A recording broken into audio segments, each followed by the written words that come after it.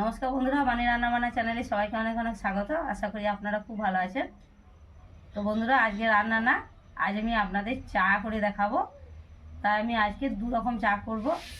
একটা হচ্ছে ভাজা চা আর তন্দুরি চা। তো বন্ধুরা, আমার ভিডিওটা আপনারা শেষ পর্যন্ত দেখতে থাকুন। আর আমার চ্যানেলে যারা নতুন তারা আমার চ্যানেলটিকে অবশ্যই সাবস্ক্রাইব করে দেবেন।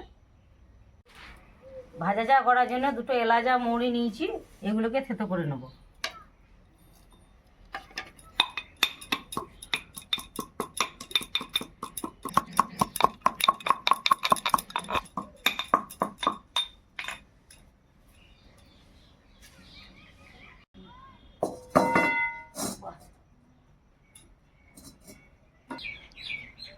দু চামচ চা পাতা দিয়ে দিচ্ছি। এটা একদম ছোট চামচ, বেশি বড় না।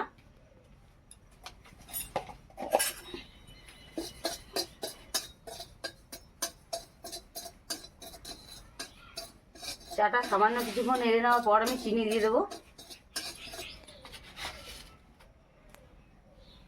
দু চামচ চিনি দিয়ে দিচ্ছি।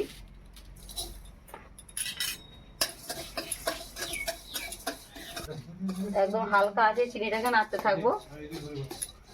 চিনিটা আস্তে আস্তে গলে আসছে।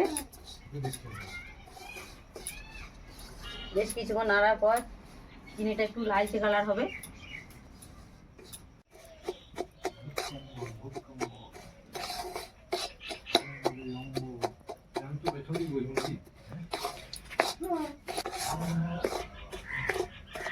চিনিটা অনেকটা গলে আসছে, হালকা হালকা রং হয়ে আসছে।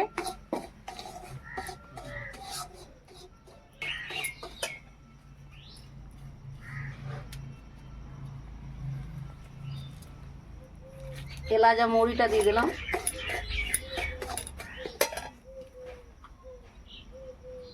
অল্প আদা থেতো করে নিয়েছিলাম, আদাটা দিয়ে দিচ্ছি।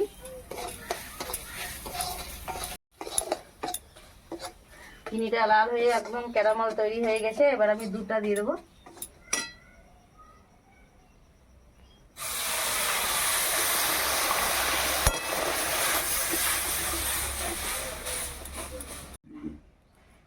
তো বন্ধুরা, দুটো দেওয়ার পরে চাটা বেশ কিছুক্ষণ ফুটবে। আঁচটা একবার করে কম করে দেবো, একবার করে বেশি করব। দেখুন চাটা ফুটে এসছে।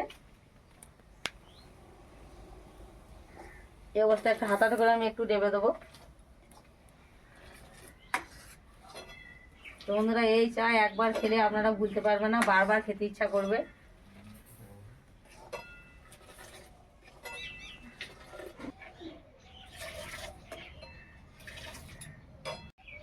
তো বন্ধুরা, ভাজা চা তৈরি হয়ে গেছে, এটাকে আমি নামিয়ে নেব।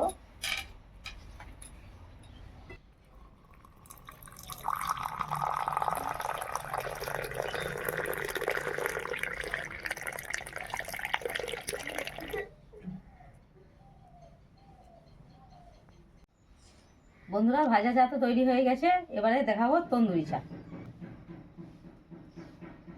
এখানে আমি দুধ নিয়ে নিচ্ছি, 1.5 কাপ দুধ দিয়ে দিচ্ছি। তন্দুরি চা করার জন্য আমি 1.5 কাপ দুধ নিয়েছি। ছোট চামচে 2 চামচ চা পাতা দিয়ে দিচ্ছি। 1.5 চামচ চিনি দিয়ে দিচ্ছি। সামান্য আদা নিয়ে নিয়েছি, আদাটাকে আমি থেতো করে নিচ্ছি।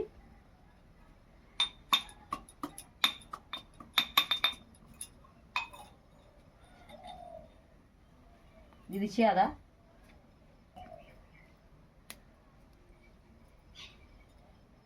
একটি এলাচ দিয়ে দিচ্ছি। দেখুন বন্ধুরা, তন্দুরি চা খুব সুন্দর কালার হয়ে গেছে। এবার চাটা আমি নামিয়ে নিচ্ছি।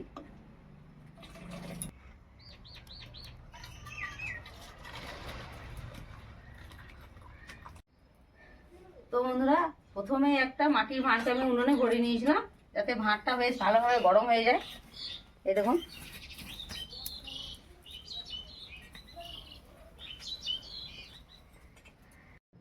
সামান্য একটু চিনি মাটির ভাঁড়টার মধ্যে দিয়ে দিচ্ছি।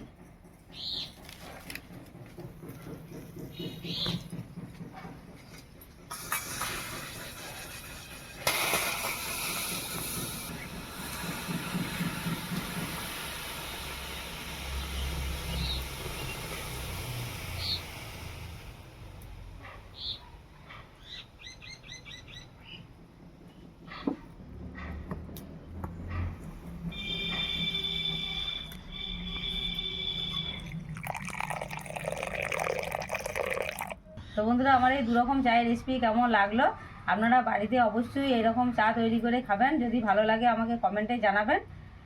দেখা হচ্ছে পরের ভিডিওয়। ভালো থাকুন, সুস্থ থাকুন, ধন্যবাদ।